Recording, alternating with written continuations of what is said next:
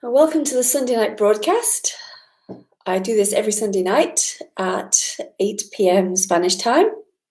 If you'd like to join the live broadcasts and also see all the back broadcasts, you can sign up via Patreon. It's only $10 a month. If you'd like to go further and join the Wednesday night chat group, you can find all that on my website. I also do one-to-one sessions, and you can email me about that.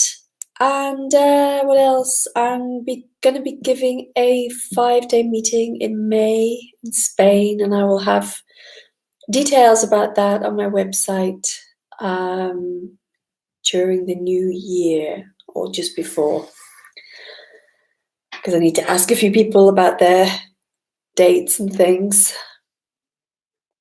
I think that's it. Oh, thank you, Tracy. Yeah, me too. I do. I very much do. It feels like something lights up. Something lights up in talking about, having these conversations.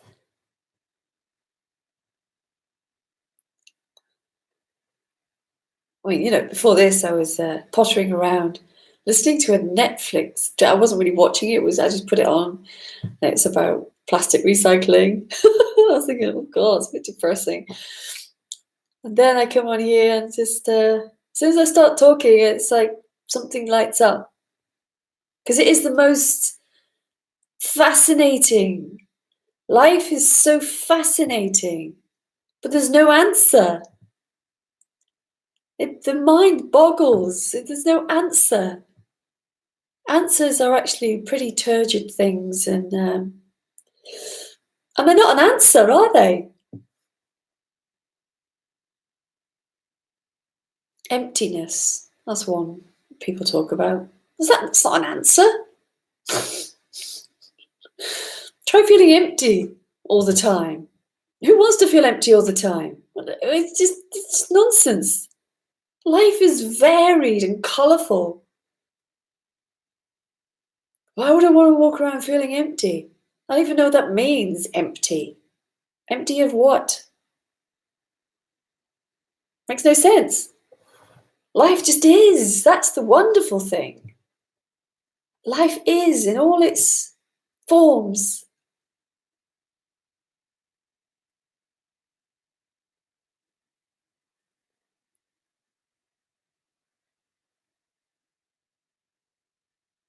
Like more the classical non-duality, which I seem to call it these days.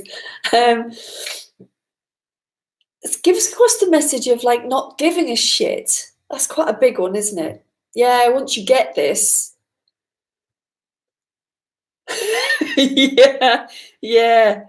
Well, I'll have a look. I'll examine that. We can have an examination of that one in a minute, shall we? Not giving a shit is usually a kind of a concept which is relayed with the message of there is nobody, so there's nobody to give a shit. Well, if there is nobody, then who was giving a shit before then? Double speak. If there's nobody and someone gave a shit, and there's really nobody, and now no one gives a shit, it just doesn't make any sense. And what's wrong with giving a shit? What's wrong with it? What's wrong with caring about things? What's wrong with, caring or not caring? There's no rules in life. Try and stop yourself from caring about things. Try and make yourself care about things you don't care about. Because some teachings are about caring, aren't they? You have to care. You have to care. But if you don't care, it's like an imposition. It's a contrived concept which people can't really live by, because really you just deep down when you don't care, and deep down when you do care. One of the things I heard quite a long time ago now was, when you get this, you don't want to be a vegetarian anymore. Just like, what? It's absolute nonsense. It's like saying, yeah, once you get this, you don't care anymore. Let's just go and kill all the dogs because you don't care. It's complete nonsense.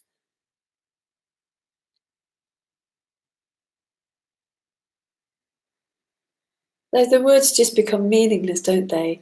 When you examine these sorts of things, sure, if they're used sort of as a one-off in a kind of a more poetic, expressive way, but when they become the staple diet of a dialogue, they become sort of made into litany or a dogma, when lots of people are saying it. Well, this is the experiences of empty fullness, but no one experiences it, that kind of thing.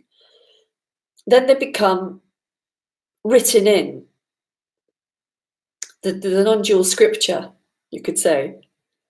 And but really on examination, they're totally meaningless. Lifeless, yes, lifeless. Yeah, kind of just boring, actually. I find it boring. Oh, yes, empty fullness. Yes, I know it's empty fullness, but you don't, because you're a me, even though there's no me. Which one is it? Which one is it? Well, sod all that. There's just this life, right here, doing its thing, whatever that means. Doesn't matter how many descriptions we put to it, and there's nothing wrong with that. There's nothing wrong with writing poetry of love, of life, and all that kind of thing. I like it too. It can be beautiful. There can be some beautiful poetry, like that haiku is really beautiful, and but it's not the answer. They're just expressions. I quite like to express things. But I certainly wouldn't turn them into some sort of scripture where, well, this is the experience. This is the experience of empty fullness. And then the kind of the qualifier, but nobody experiences because there is no one. And so it's a qualifier, isn't it? And then the other qualifier, I'm taking take the gloves off now. Let's go for it.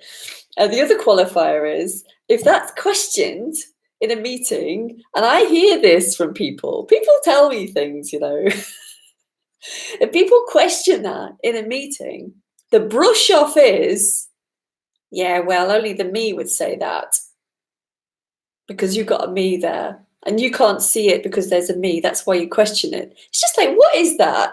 Is that some kind of like cult behavior where you just brush somebody off for wanting to actually challenge and question this thing, which is making them feel like crap? Well, yes, that's the me, and there's nothing you can do about it because there's nothing you can do about anything, and there is no me. But that's what the me says. Question it. How about some full-on emptiness? Yeah, full-on emptiness. Empty of what exactly? Well, if there's no me, but there's a me, then it's empty of the me. Can you see that? Can you see how it just absolutely doesn't make any sense? All these teachings. It just doesn't make any sense. It's just life. Is it full? Is it empty? I can't really, I don't know. It just is. It's a living room. There's a table. There's a computer. There's speaking. There's a glass of water, which I should have. Normal, ordinary life. But to make it into something which only some can see, like full-on emptiness, then, that's going to turn people into seekers, right?